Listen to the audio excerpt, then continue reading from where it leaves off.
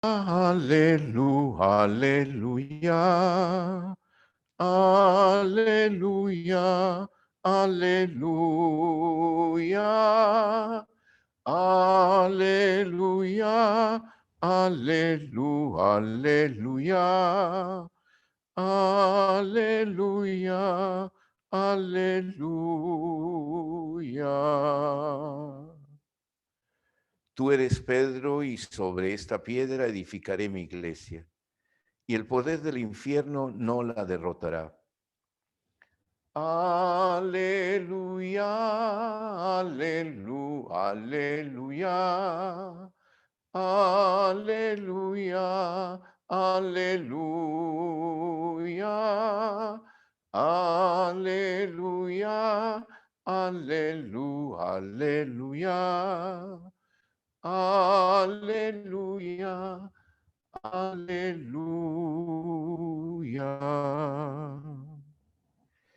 El Señor esté con ustedes. Y con tu espíritu. Proclamación del Santo Evangelio según San Mateo. Gloria a ti, Señor. En aquel tiempo, al llegar a la región de Cesarea de Filipo, Jesús preguntó a sus discípulos: ¿Quién dice la gente que es el Hijo del Hombre? Ellos contestaron: unos que Juan Bautista, otros que Elías, otros que Jeremías o uno de los profetas. Él les preguntó: ¿y vosotros quién decís que soy yo? Simón Pedro tomó la palabra y dijo: tú eres el Mesías, el Hijo de Dios vivo. Jesús le respondió: bienaventurado tú, Simón, hijo de Jonás, porque eso no te lo ha revelado ni la carne ni la sangre, sino mi Padre que está en los cielos. Ahora te digo, tú eres Pedro, y sobre esta piedra edificaré mi iglesia, y el poder del infierno no la derrotará. Te daré las llaves del reino de los cielos. Lo que ates en la tierra quedará atado en los cielos, y lo que desates en la tierra quedará desatado en el cielo. Palabra del Señor. Gloria a ti, Señor Jesús. Nos podemos sentar un momento para rever nuestras lecturas del día de hoy. Observamos en la fiesta de hoy la cátedra de San Pedro, es decir, Dios coloca a Pedro al frente de la iglesia como aquel que va a ser su representante aquí en la tierra. Pero la razón de esta responsabilidad que Jesús carga sobre las espaldas de Pedro está allí en la confesión de fe. Pedro realiza una confesión de fe a la pregunta de Jesús, ¿no? ¿Quién dice ustedes que yo soy, no? ¿Quién dicen ustedes que yo soy? Esa pregunta llega tarde o temprano en nuestra vida, ¿no? No es una pregunta que se lanza a la multitud, ¿no? La primera parte de este texto es la pregunta: ¿quién dice la gente que soy yo, no? Para llegar a esa pregunta personal: ¿y tú qué dices de mí? Es decir, es una pregunta que un día se va a hacer en nuestra vida. Porque la pregunta con Jesús tiene que ver con aquello que nos dice precisamente la primera lectura, ¿no? Que consiste ese sacerdocio, que consiste el hecho de ser presbítero, en una configuración con Cristo, y una configuración con Cristo en algo muy específico, de la cual brota esa solidaridad humana que el presbítero o el sacerdote debe vivir para poder ser verdaderamente sacerdote. Y es precisamente allí en donde se hace difícil llegar a esta confesión de fe. Tú eres el Hijo de Dios, el Mesías, el que tenía que venir, ¿no?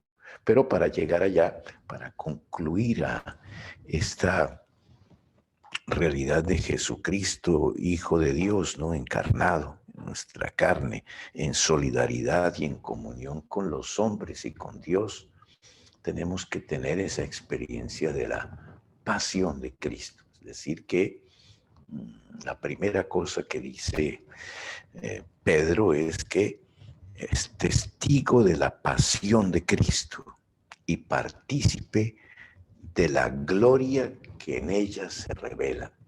O sea que la pasión tiene que ser vista no tanto como el hecho del sufrimiento, no es tanto el sacrificio como tal, no, es el sacrificio que revela un amor grandioso. Este es el sacrificio que tiene un carácter salvador, porque cuando Cristo sufre, Él carga sobre sus espaldas la fragilidad de nuestra condición, es decir, un sufrimiento que se hace en solidaridad con alguien, en un acto de amor, cargar sobre las espaldas la fragilidad de la condición humana.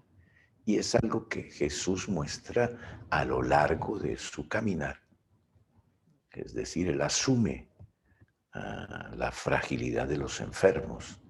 Él se aproxima de los pecadores para cargar con ellos toda esa esclavitud en la cual ellos viven y tal vez en esa actitud de solidaridad y de amor intentarlos como ayudar a encontrar una esperanza de verse libres de toda esa esclavitud que ellos poseen. Y esta realidad es muy importante porque es esta clase de unión con Cristo en la pasión que nos une también en un acto de amor profundo con los hombres, el que da precisamente al presbítero o al sacerdote toda la autoridad de la cual el Evangelio nos habla, ¿no? Pastorear es en ese sentido, ¿no?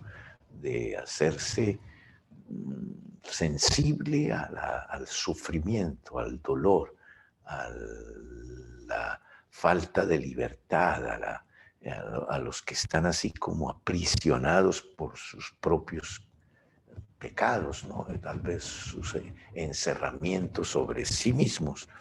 Es ahí en donde la autoridad viene, porque no se trata de algo, como dice muy bien aquí el autor, pastorear, no por la fuerza, sino por el amor, ¿no? No por sórdida ganancia, sino como una entrega generosa, no como déspotas, sino quienes han tocado, digamos, esa solidaridad en el amor con los otros, ¿no? Y convirtiéndose así en una especie de centro también de imagen de Dios y de Cristo en medio de la comunidad, ¿no? Ese es el pastor único, porque no tenemos sino un sacerdote que es Cristo, y es en cuanto participamos en su sacerdocio que toda esta autoridad puede venir, ¿no? Por eso es aquí en donde el Jesús hace de Pedro la roca sobre la cual se va a construir, ¿no? Y Pedro, sobre todo en su confesión de fe, tú eres el Mesías, el Hijo de Dios, ¿no? Que dice, bienaventurado tú, porque esto no te lo ha revelado la carne ni la sangre, sino que viene de Dios. Es algo que tiene que venir este acto de solidaridad con Cristo en esa gloria de Dios que se manifiesta en la pasión. No, como decíamos, simplemente como sacrificio, como sufrimiento, sino como comunión de amor con aquellos que necesitan de ese descubrir este amor, que tal vez la vida no les ha dado la oportunidad de encontrar ese amor que transforme, que cambie, que les dé la experiencia de una vida diferente. Y es ahí precisamente en esta comunión en que le da como el poder de unir y de desunir, de separar, ¿no? De edificar, ¿no? Y al mismo tiempo de derribar, ¿no? Decir la palabra de Dios al mismo tiempo que construye, tiene al mismo tiempo que deshacer, porque a veces construimos muros que tienen que caer para poder construir una realidad nueva, ¿no? Y es ahí precisamente en donde tiene sentido el sacramento de la confesión. Yo me acerco al sacerdote para reconstruir mi relación con Dios, restablecer esa comunión. Y para poder restablecer en esa comunión se tienen que caer muchos muros que yo he construido y que me separan de Dios y que tengo que ver también derribarse en razón de que ellos están construidos sobre realidades que no tienen fundamento, ¿no? Que no tienen fundamento. Para poder construir un verdadero amor, tengo que comenzar a romper con el egoísmo, a acabar con la indiferencia, a dejar a un lado como ese encerramiento sobre sí mismo para poder llegar a tener la libertad, para poder darse y entregarse, ¿no?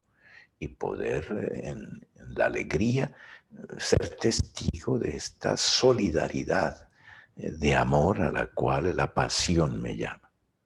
Es ahí en donde todos estamos unidos en el amor y en el amor a Cristo, y todos de una manera tenemos que sentirnos solidarios en la capacidad de hacer de nuestras comunidades un lugar en donde Cristo aparezca como el verdadero pastor, ¿no? Aquel que carga sobre sus espaldas la humanidad misma, ¿no?